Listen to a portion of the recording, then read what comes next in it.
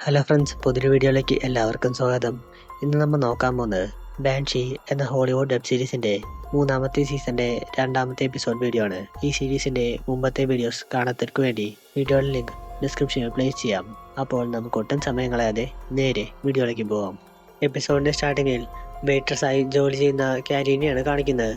ഈ സമയം അവിടെ ആ മിലിറ്ററി ഓഫീസർ വന്നിരിക്കുന്നത് കണ്ടതും ക്യാരി അയാളെ സ്റ്റോർ റൂമിലേക്ക് കൂട്ടിക്കൊണ്ടുപോയ ശേഷം അയാളുമൊത്ത് ചെറിയൊരു റൊമാൻസ് എല്ലാം നടത്തുന്നു. അവിടെ കട്ട് ചെയ്ത് രാവിലെ തന്നെ ഡ്യൂട്ടിക്ക് വന്നിരിക്കുന്ന നായകനെയും സിയോബിനെയുമാണ് കാണിക്കുന്നത്.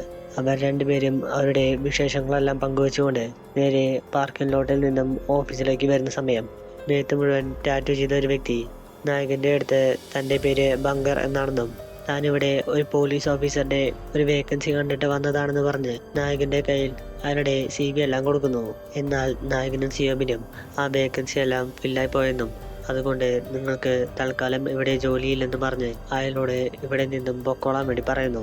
എന്നാലും അയാൾ താൻ ആ നാട്ടുകാരനാണെന്നും കൂടാതെ മറ്റു സ്ഥലങ്ങളിൽ താൻ പോലീസായിട്ടെല്ലാം ജോലി ചെയ്തിട്ടുണ്ടെന്ന് പറഞ്ഞ് നായകന്റെ കയ്യിൽ അയാളുടെ CV എല്ലാം കൊടുത്ത് അവിടെ നിന്നും പോകുന്നു. അവിടെ കട്ട് ചെയ്ത് പ്രോക്ടറുടെ മീറ്റ് ഫാക്ടറിയിൽ അയാളുമൊത്ത് ബിസിനസ് സംസാരിക്കാൻ വന്നിരിക്കുന്ന കേജ് എന്ന വ്യക്തിയെയും അയാളുടെ മക്കളെയുമാണ് കാണിക്കുന്നത്. കേജും പ്രോക്ടറും മുമ്പും ബിസിനസ് എല്ലാം ചെയ്ത് പരിചയമുള്ളത് കൊണ്ട് അവർ അവരുടെ ബിസിനസിനെ പറ്റിയുള്ള ഡിസ്കഷൻ എല്ലാം നടത്തുന്ന സമയം കേജിന്റെ മക്കൾ തൊട്ടപ്പുറത്ത് നിന്നിരുന്ന റബേക്കയെ കണ്ട് അവളെ പറ്റി മോശമായിട്ടെല്ലാം പറയുന്നു.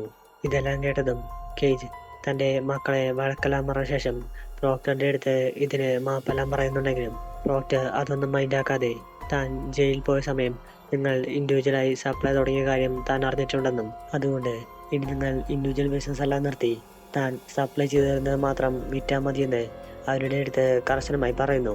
പ്രോക്ടറുടെ ഈ തീരുമാനം ഒട്ടും തന്നെ ഇഷ്ടപ്പെടാതെ വന്ന കേജിന്റെ മകൻ അവിടെ വെച്ച് പ്രോക്ടറെ പച്ചയ്ക്ക് ചീത്തയെല്ലാം വിളിക്കുന്നു. ഇത് കേട്ട് ദേഷ്യം വന്ന റെബേക്ക തന്റെ കയ്യിലുണ്ടായിരുന്ന ഗണ്ണ് വെച്ച് ആ പയ്യനെ വെടിവെച്ചു കൊന്നതും ഇതിന്റെ പേരിൽ അവർക്കിടയിൽ ഒരു ഗ്യാങ് വാർ തന്നെ നടക്കുന്നു. അവിടെ കട്ട് ചെയ്ത് ബീച്ചിന്റെ ബാറിലിരുന്ന് റോബറിയെ പറ്റിയെല്ലാം ഡിസ്കസ് ചെയ്യുന്ന നായകനെയും ടീമിനെയുമാണ് കാണിക്കുന്നത്. ജോബ് അടിച്ചു മാറ്റാൻ പോകുന്നത് ഏകദേശം 15 മില്യണോളമാണ് എന്ന് പറഞ്ഞതും ക്യാരിക്കും ബീച്ചിനുമെല്ലാം ഈ ഒരു വർക്ക് വളരെയധികം ഇഷ്ടപ്പെടുന്നു. എന്നാൽ സംസാരത്തിനിടയിൽ വെച്ച് പൈസ എല്ലാം അടിച്ചു മാറ്റാൻ പോകുന്നത് കേണലിന്റെ ആർമി ബേസിൽ നിന്നാണ് എന്ന കാര്യം പറയുമ്പോഴാണ് ക്യാരിക്ക് ഇത് താൻ മീറ്റ് ചെയ്യാറുള്ള കേണലാണ് എന്ന കാര്യമെല്ലാം മനസ്സിലാവുന്നത്. എന്നാലും ക്യാരി ഇതിനെപ്പറ്റിയെല്ലാം അറിഞ്ഞിട്ടും ഒന്നും തന്നെ അറിയാത്ത പോലെ ഇരിക്കുന്നു. അവിടെ കട്ട് ചെയ്ത് തന്റെ അമ്മയ്ക്ക് സുഖമില്ല എന്നറിഞ്ഞതും അമ്മയെ കാണാൻ ചെല്ലുന്ന പ്രോക്ടറിനെയാണ് കാണിക്കുന്നത്. പ്രോക്ടറുടെ ഫാമിലിയിലുള്ളവർ അന്ധമായി ദൈവത്തിൽ വിശ്വസിക്കുന്ന ആൾക്കാരായതുകൊണ്ട് അവർ അമ്മയെ ഹോസ്പിറ്റലിൽ കൊണ്ടുപോകാതെ പ്രാർത്ഥിച്ചാൽ മാറുമെന്ന് പറഞ്ഞ് വീട്ടിൽ തന്നെ കിടത്തുന്നു. ഇതെല്ലാം കണ്ട് ദേഷ്യം വന്ന പ്രോക്ടർ തന്റെ അമ്മയെ കിടക്കയിൽ നിന്നും വാരിയെടുത്തുകൊണ്ട് നേരെ തൊട്ടടുത്തുള്ള ഹോസ്പിറ്റലിലേക്ക് കൂട്ടിക്കൊണ്ടു പോകുന്നു. ഇതേസമയം ബാൻഷിയിലെ ഒരു കാടിന്റെ അകത്ത് മിലിറ്ററിക്കാരുടെ കയ്യിൽ നിന്നും അടിച്ചു മാറ്റി കൊണ്ടുപോയ വെപ്പൺസ് എല്ലാം വെച്ച് തന്റെ കൂടെയുള്ള ആൾക്കാർക്ക് ട്രെയിനിങ് കൊടുക്കുന്ന ചേട്ടനെയാണ് കാണിക്കുന്നത്. അവരുടെ ട്രെയിനിങ് എല്ലാം നടക്കുന്ന ടൈമിൽ തന്നെ നോലയും ഇവരോടൊപ്പം ചേർന്നുകൊണ്ട് അവർ പ്രോക്ടറിന്റെ വീട് ആക്രമിക്കാൻ വേണ്ടിയിട്ടുള്ള പ്ലാനിങ് എല്ലാം നടത്തുന്നു. അവിടെ കട്ട് ചെയ്ത് അന്ന് രാത്രി മിലിറ്ററി ബേസിലേക്ക് പോകാനുള്ള ടണലെല്ലാം പരിശോധിക്കാൻ വേണ്ടി ചെല്ലുന്ന നായകനെയും ക്യാരിനെയുമാണ് കാണിക്കുന്നത്. ജോബ് ബേറ്റ്സിന്റെ ബാറിലിരുന്ന് അവർക്ക് ഫോണിലൂടെ കൊടുക്കുന്ന ഇൻസ്ട്രക്ഷൻസ് എല്ലാം പ്രകാരം മുന്നോട്ട് പോയതും അവർ ടണലിന്റെ എല്ലാം അവസാനം ഒരു ഗേറ്റിന്റെ മുമ്പിൽ ചെന്ന് നിൽക്കുന്നു. ഇതേസമയം പ്രോക്ടറുടെ വീട് ആക്രമിക്കുന്ന ചേട്ടന്റെ ആൾക്കാരെയാണ് കാണിക്കുന്നത്. അവർ സ്വിമ്മിംഗ് പൂളിൽ നീന്തിക്കൊണ്ടിരുന്ന റബേക്കയെ പിടിച്ചോണ്ട് പോകാൻ വേണ്ടി നോക്കിയതും ഇത് കാണാനിടയായ ക്ലേ അവരുമൊത്ത് ഒരു ഫൈറ്റിലെല്ലാം ഏർപ്പെടുന്നു. നായകനും ക്യാരിയും ജോബ് പറഞ്ഞു കൊടുത്തിട്ടുള്ള ഇൻസ്ട്രക്ഷൻസ് പ്രകാരം ആ ടണലിലൂടെ മിലിറ്ററി ബേസിലേക്ക് കയറാൻ നോക്കുന്ന സമയം പ്രോക്ടറുടെ വീട്ടിൽ നടന്ന ആക്രമണത്തെ പറ്റി അറിഞ്ഞതും സീനിയർ ഓഫീസർ വേഗം തന്നെ നായകനെ കോൾ ചെയ്ത് പ്രോക്ടറുടെ വീട്ടിലേക്ക് വരാൻ വേണ്ടി പറയുന്നു. നായകന് ഈ സമയം വേറെ ഓപ്ഷനൊന്നുമില്ലാത്തത് കൊണ്ട് അവൻ കോൾ കട്ട് ചെയ്ത ഉടനെ ക്യാരിയുടെ അടുത്ത് തനിക്ക് എമർജൻസിയായി ഡ്യൂട്ടിക്ക് പോകണമെന്ന് പറഞ്ഞുകൊണ്ട് അവിടെ നിന്നും നേരെ പ്രോക്ടറുടെ വീട്ടിലേക്ക് വരുന്നു. സംഭവം ലോങ് ഷാഡോ ട്രൈബിന്റെ കയ്യിൽ നിന്നുള്ള പണിയാണ് എന്ന് മനസ്സിലായതും നായകൻ വേഗം തന്നെ പ്രോക്ടറെ അടുത്ത് വിളിച്ച ശേഷം ഇത് നിങ്ങൾ പുറത്തു നിന്ന് സെറ്റിൽ ചെയ്യുന്നതാണ് നല്ലതെന്നും പോലീസിന് ഇതിൽ പ്രത്യേകിച്ചൊന്നും ചെയ്യാൻ സാധിക്കില്ലെന്ന് പ്രോക്ടറുടെ അടുത്ത് പറയുന്നു. എന്നാൽ പ്രോക്ടർ നായകൻ പറഞ്ഞൊന്നും മൈൻഡാക്കാതെ അവന്റെ അടുത്ത് നിന്റെ പോലീസ് പവർ എല്ലാം യൂസ് ചെയ്ത് ഈ കാര്യത്തിന് ഒരു തീരുമാനമാക്കി തരാൻ വേണ്ടി പറയുന്നു. നായകനും വേറെ നിവൃത്തിയൊന്നുമില്ല എന്ന് മനസ്സിലായതും അവൻ തൻ്റെ കൂടെ ജോലി ചെയ്യുന്ന റേവൻ എന്ന പോലീസുകാരനെയും കൂട്ടിക്കൊണ്ട് കനോഹോ ട്രൈബിലെ ആൾക്കാരെല്ലാം താമസിക്കുന്ന റെസ്ട്രിക്റ്റഡ് ഏരിയയിലേക്ക് പോകുന്നു. റേവൻ അവിടേക്ക് പോകുന്നത് റിസ്ക് ആണെന്ന് നായകൻ്റെ അടുത്ത് പറയുന്നുണ്ടെങ്കിലും നായകൻ അതൊന്നും മൈൻഡാക്കാതെ നേരെ അവിടെ ഉണ്ടായിരുന്ന ആൾക്കാരുടെ അടുത്ത് ചെയ്ഡോണും അവൻ്റെ ആൾക്കാരും എവിടെയാണെന്നെല്ലാം ചോദിക്കുന്നു.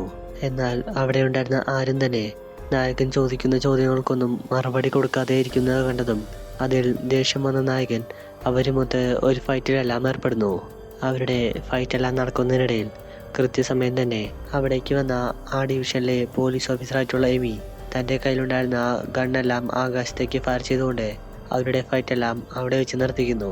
അവിടെ കക്ഷിത് ഹോസ്പിറ്റലിൽ നിന്നും തൻ്റെ അമ്മയെ നേരെ തൻ്റെ വീട്ടിലേക്ക് കൂട്ടിക്കൊണ്ടുവരുന്ന പ്രോക്ടറിനെയാണ് കാണിക്കുന്നത്. പ്രോക്ടർ തൻ്റെ അമ്മയെ 24 hours ഒബ്സർവ് ചെയ്യാനായി പ്രോക്ടറുടെ പരിചയക്കാരിയായിട്ടുള്ള ഒരു നഴ്സിനെയും അവൻ്റെ കൂടെ അവിടെ തന്നെ നിർത്തുന്നു. എന്നാൽ പ്രോക്ടർ നഴ്സിനെ കൂടി അവരുടെ കൂടെ ആ വീട്ടിൽ നിർത്തുന്നത് കണ്ടതും റെബേക്കയ്ക്ക് ഇതിൽ ചെറിയ ഇഷ്ടക്കുറവെല്ലാം വരുന്നു. അവിടെ കക്ഷിത് എമിയുടെ അടുത്ത് ട്രൈബിലെ ആൾക്കാരുടെ അടുത്ത് ഫൈറ്റിൽ ഏർപ്പെട്ടതിനുള്ള കാരണമെല്ലാം പറയുന്ന നായകനെയും റേവനെയുമാണ് കാണിക്കുന്നത്. എന്നാൽ എത്രയൊക്കെ ചോദിച്ചിട്ടും എമി അവർക്ക് വേണ്ട ഉത്തരങ്ങളൊന്നും കൊടുക്കാതിരിക്കുന്നത് കണ്ടതും റേവൻ നായകനെ നേരെ അവരുടെ ട്രൈബൽ പോലീസിൻ്റെ ഹെഡായിട്ടുള്ള ചീഫിൻ്റെ അടുത്തേക്ക് കൂട്ടിക്കൊണ്ടു പോകുന്നു. ഇപ്പോഴാണ് നമുക്ക് റേവൻ ഇതിനു മുമ്പ് ട്രൈബൽ പോലീസിലാണ് ജോലി ചെയ്തിരുന്നത് എന്ന കാര്യമെല്ലാം മനസ്സിലാവുന്നത്. ചീഫ് നായകൻ്റെ അടുത്ത് അവിടേക്ക് വന്നതിൻ്റെ കാരണത്തെപ്പറ്റി തിരക്കിയതും നായകൻ ചെയ്ട്ടോൺ ആർമിയുടെ 2 ട്രക്കുകൾ അവിടെ നിന്നും മോഷ്ടിച്ചുകൊണ്ട് പോയിട്ടുണ്ടെന്നും അതിനെപ്പറ്റി അന്വേഷിക്കാൻ വേണ്ടിയാണ് താൻ ഇവിടേക്ക് വന്നതെന്നെല്ലാം പറയുന്നു. എന്നാൽ ഇത് കേട്ടതും ചീഫ് ഒട്ടും തന്നെ സീരിയസ് ആയി എടുക്കാതെ മിലിറ്ററിയുടെ കാര്യമെല്ലാം മിലിറ്ററി നോക്കിക്കൊള്ളുമെന്നും ഇനി എന്തെങ്കിലും ഇൻഫർമേഷൻ കിട്ടിയാൽ തന്നെ താൻ വിളിച്ചറിയിച്ചോളാമെന്നെല്ലാം പറഞ്ഞ് നായകനോടും റേവനോടും അവിടെ നിന്നും തിരിച്ചു പൊക്കോളാൻ വേണ്ടി പറയുന്നു. അവിടെ കക്ഷിത് പിറ്റേ ദിവസം രാവിലെ തന്നെ നായകൻ താമസിക്കുന്ന ഗോഡൌണിലേക്ക് വരുന്ന ദേവേനെയാണ് കാണിക്കുന്നത്. ആദ്യമായി തൻ്റെ മകൾ തന്നെ കാണാൻ വേണ്ടി വന്നിരിക്കുന്നത് കണ്ടതും നായകൻ അവളുടെ അടുത്ത് വന്നതിൻ്റെ കാര്യം എന്താണെന്ന് തിരക്കുന്നു. ദേവ തനിക്ക് തൻ്റെ അച്ഛൻ്റെ കൂടെ സമയമെല്ലാം ചെലവഴിക്കാൻ വേണ്ടി ആഗ്രഹമുണ്ടെന്നും അതുകൊണ്ടാണ് താൻ ഇവിടേക്ക് വന്നതെന്നെല്ലാം നായകൻ്റെ അടുത്ത് പറയുന്നു. എന്നാൽ നായകനാവട്ടെ ലോയറാണ് ഇത്രയും കാലവും നിന്നെ വളർത്തിയെന്നും അതുകൊണ്ട് ലോയറെ തന്നെ അച്ഛനായിട്ടെല്ലാം കണ്ടാൽ മതി എന്ന് പറഞ്ഞുകൊണ്ട് ദേവയുടെ അടുത്ത് കുറച്ചധികം റൂഡായിട്ടെല്ലാം അവിടെ നിന്നും ഇറങ്ങിപ്പോകാൻ വേണ്ടി പറയുന്നു. എന്നാൽ ദേവ അവിടെ നിന്നും പോയതും നായകന് തൻ്റെ മകളുടെ അടുത്ത് അങ്ങനെയെല്ലാം സംസാരിച്ചതിൽ ചെറുതായി കുറ്റബോധമെല്ലാം തോന്നുന്നു.